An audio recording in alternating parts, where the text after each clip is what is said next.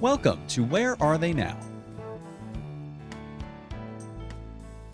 We reach into the archives of Lenape, Shawnee, Cherokee, and Seneca high schools and invite selected alumni to share memories and fill us in on their career paths after commencement. Since Lenape's first graduating class in 1961, Shawnee's in 1972, Cherokee's in 1978, and Seneca's in 2005, over 68,000 individuals have received diplomas from these four schools. Hello and welcome to Where Are They Now? I'm Mark Sonsini, a 1996 graduate of Cherokee High School, and today we'll be talking with a Shawnee graduate from the class of 1993. He is a business analyst and co-founder of Operation Yellow Ribbon of South Jersey. I'd like to welcome Dave Silver to the show. Dave, thanks for joining us today. Absolutely. Thank you. It's an honor. Hey, great to have you here. I'm excited to hear about what you've been doing since your time at Shawnee, but first let's talk about how you got there. You grew up here in South Jersey? Yeah, I grew up in Medford Lakes. Okay. And you had any siblings that went to Shawnee? Yeah, I graduated in 93, and my little sister is not so little anymore, but she graduated in 99, I believe. Okay. Yeah. So let's talk about your time at Shawnee. Any teachers that stand out to you that you remember had an impact on you? Yeah, lots of impacts, lots of good teachers. You know, I wound up majoring in mathematics in school, in college, but in high school, for some reason, even though I didn't like English, I had two really great teachers in English, Ms. Gaffin and Mr. Moran. I loved U.S. history and world history. I believe Mr. Bacon, Mr. Murray. Mm-hmm. Those are the ones that come to my head, the top of my head. And Sue Rotero, Sue Miss Murphy now? Rotero, yep. I had her for honors geometry. And, Okay. Yeah. The main special memory that you remember from Shawnee about the championship basketball teams that were when you were there. Tell us about that. Back in 92 and 93, as well as almost all the time, you know, the Shawnee basketball team has been pretty good here in New Jersey, and a lot of my friends, you know, Medford Lakes was such a small set of population that populated Shawnee, but for whatever reason, Medford Lakes basketball funneled a lot of good athletes into the program, and you know, half the team were my friends, so it was really fun to be part of that from a fan point of view, from watching my friends, you know, in the journey of their championship season. Terrific. So you graduate Shawnee, you move on to Penn State. Yes, sir. And you get your degree in math. Yep, that was a hard thing to do, and if I could change it, you know, knowing what I know now, I'd probably do something more economics or finance or business related. Okay. But yeah, I got a degree in mathematics. And then after Penn State, you're in the workforce. Where do you start out? Yeah, I started in 1998 over in Towers Perrin. It was a benefits consulting company. Okay. And now you're with TD Bank? Yep, America's most convenient bank. That's right. And you're a business analyst. Tell us about what goes into that. Yeah, what do you do? It's you know, nothing to brag about, not too exciting, but I am in technology, where we support our other departments that are the customer-facing departments, including some compliance-related organizations within TD Bank. Okay. You're married to your wife, Deborah? Yes, sir. A Cherokee grad? Yeah, we're not going to hold that against her or you, but yeah, like you, she's a Cherokee graduate, and you know, it's funny when people hear a Shawnee grad married a Cherokee grad, but you know, so far so good. It works out most of the time. Interesting story about how you guys met. Tell us about that. Yeah, back in 1998, I worked in Voorhees over by the Echelon Mall, and every day for lunch I'd walk across the street and walk around the mall, get a sandwich or whatever, and became friends with the guy working at the local deli there in the food court, and he, a couple years later, introduced me to my wife, who he met, that she worked at the mall upstairs cutting hair. Okay. And he kind of set us up to start talking, so it was pretty interesting to how, you know, you look back at your path and how you guys met and how the things have to fall into place. Right. And then you guys have 2 kids now? Yeah, we have 2 boys, one's 17 and one's turning 13 next month. Okay. So your older one's at Cherokee, right? Yep. And the other one will be there? In 2 years, yep. 2 years? Yeah. Okay. So let's talk about your involvement with Operation Yellow Ribbon of South Jersey. How did that kind of get started, and how did you get involved in that? Yeah, so it's an interesting story. I live in Marlton now, and I've been in Marlton since '98.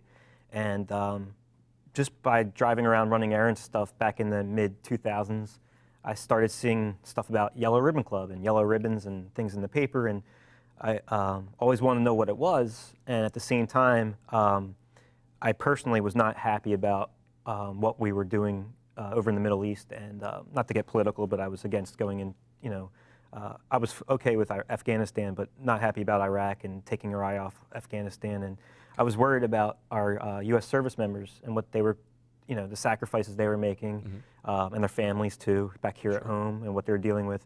And at the same time, I was mad at myself for kind of taking things for granted, taking my freedom for granted, just living my life and my day, complaining about the weather or my electric bill or whatever, and enjoying a hot shower and not even recognizing that these service members might not have a shower to get clean with for weeks while they're in the Middle East.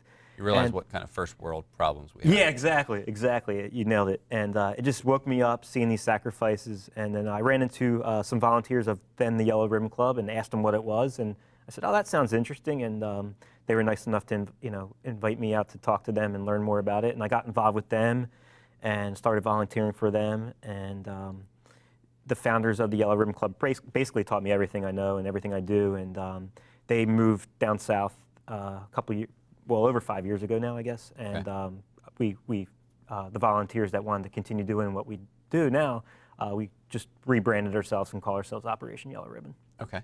And how many of you are there that basically take care of everything that goes? Yeah, we have anywhere from 20 to 30 volunteers that participate constantly, that are there, every time I send out an email or what have you.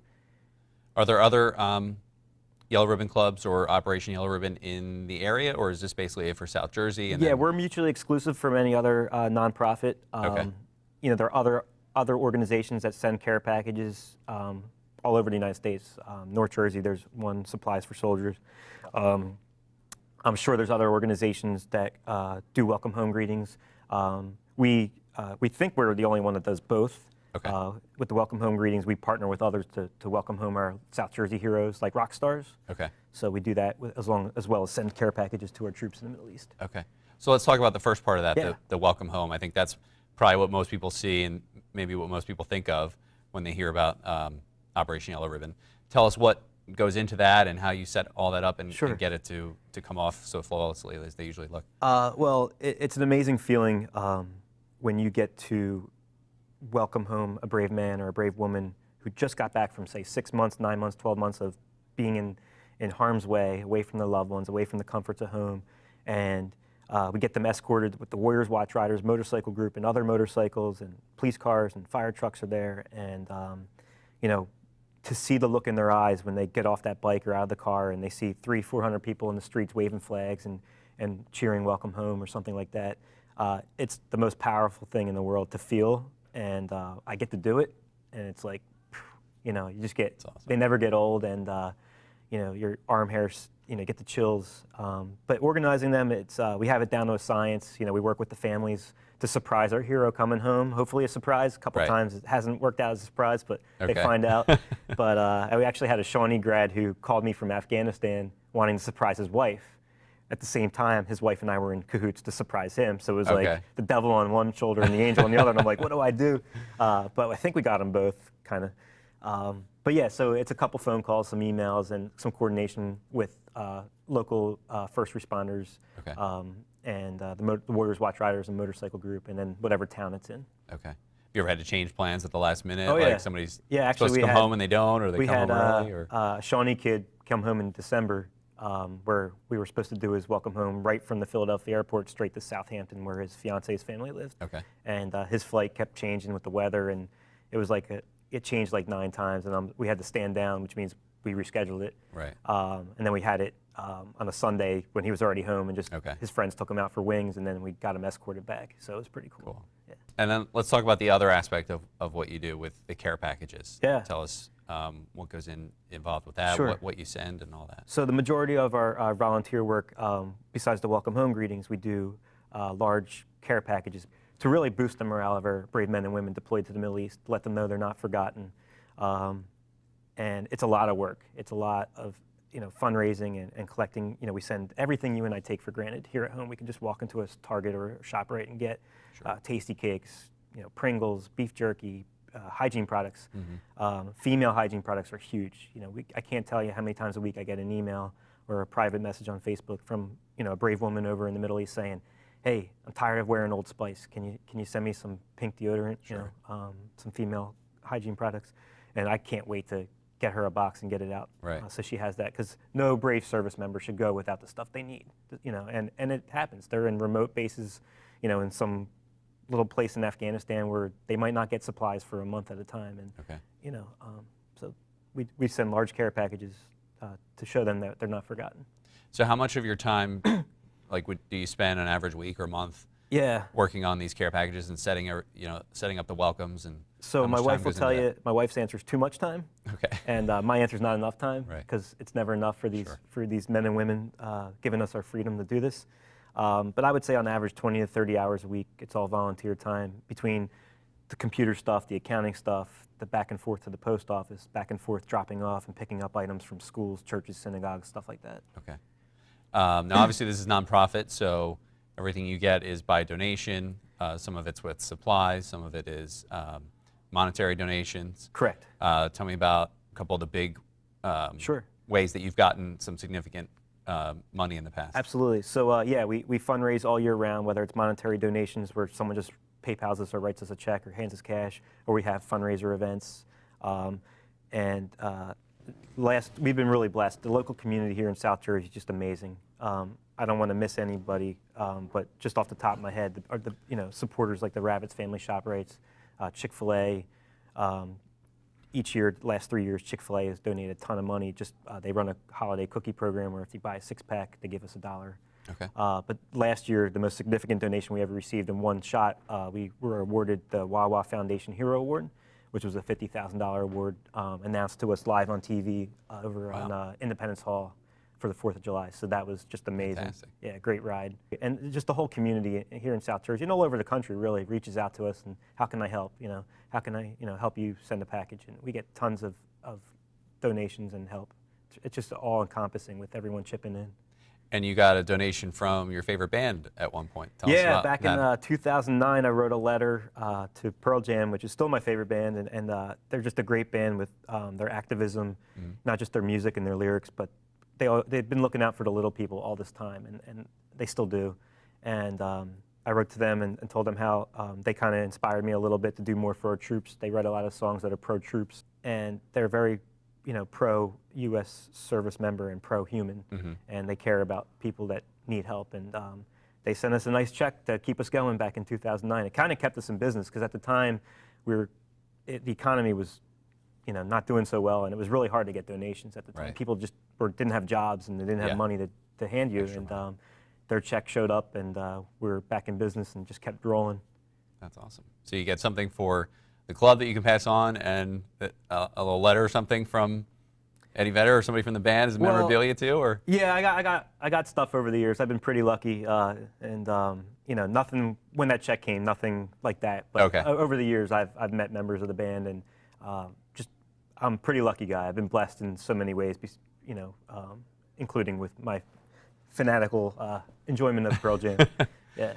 I'll tell you, the service members are pretty lucky that you're here as well. You've gotten numerous awards over the years, you and Operation Yellow Ribbon, 2013 Red Cross Award, 2014 South Jersey Volunteer of the Year, Marlton Elks Citizen of the Year, Lloyd Ritter Service Award, Burlington County Community Service Award for volunteerism. I mean, the list goes on. South Jersey Man of the Year, and then most recent one for 2018, Jersey Man Magazine recognized you as well. I just recently got nominated to be eligible for winning that award, which will be in November. Certainly well deserved. If I may say, it's not just me. It's we have volunteers and my family and our supporters, the businesses all throughout South Jersey. Like I might be the guy flying the plane, but there's a lot of people, to make sure the plane's engine's ready to go and the tires are inflated and everything's clean. Yep. So all these things are commentary on everybody's hard work and generosity.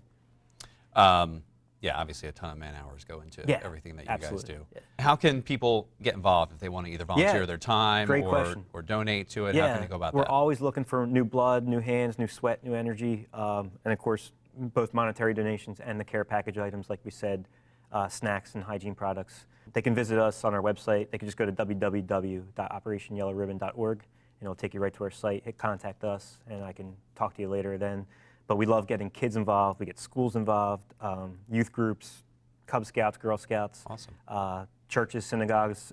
We just this weekend I met a young man. He did his bar mitzvah project where wow. he collected, he filled my van, he filled like 30, 40 bags of care package stuff for his bar mitzvah. That's awesome. Just because he was grateful for his freedom, Sure. So it was nice to see. It's great getting kids involved. It's, just because you're teaching another generation to be grateful for this service that our brave men and women give. Absolutely. So as if you weren't spending enough time doing this, another big thing in your life, not necessarily a good thing, but your wife, she is a breast cancer survivor. Yeah, That's a good thing. I heard a hero in my life is my wife. Yeah.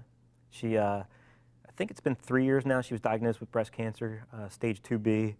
And she's been to hell and back, and it's a horrible thing that any woman has to go through, any human being has to go through just to survive.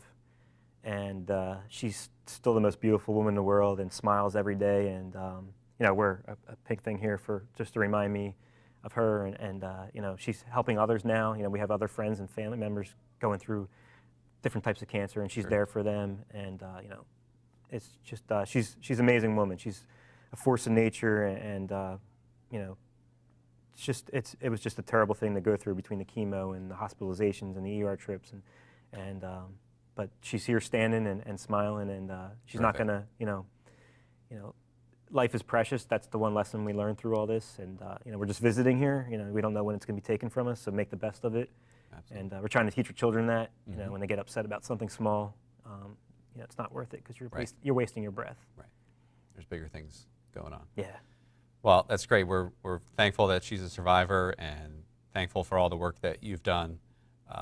Really, the whole community is thankful and appreciative of all the hard work and the dedication that you've put into all your volunteerism. So it's our honor. Thank you. We appreciate it. I mean, like I said, the U.S. service members, they give us, they protect us, they provide us the freedom to be here, to meet here, to be on TV.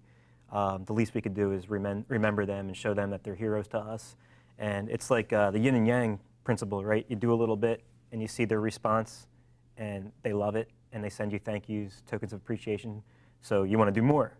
And rinse, wash, repeat, and it never breaks. It's like a wave coming up to the ocean line, but it never crashes, it never breaks. You just want to keep doing more because they inspire you, so you just want to keep doing stuff for them. It's amazing. That's great. Well, Dave, thank you so much for being here sir. today. We appreciate your service to the community, Yeah. and congratulations on all your success since Shawnee. Thank you for the time. Thank you so much. And that'll do it for this episode of Where Are They Now? For other Lenape District alumni interviews, check us out online at youtube.com/Lenape District TV. See you next time.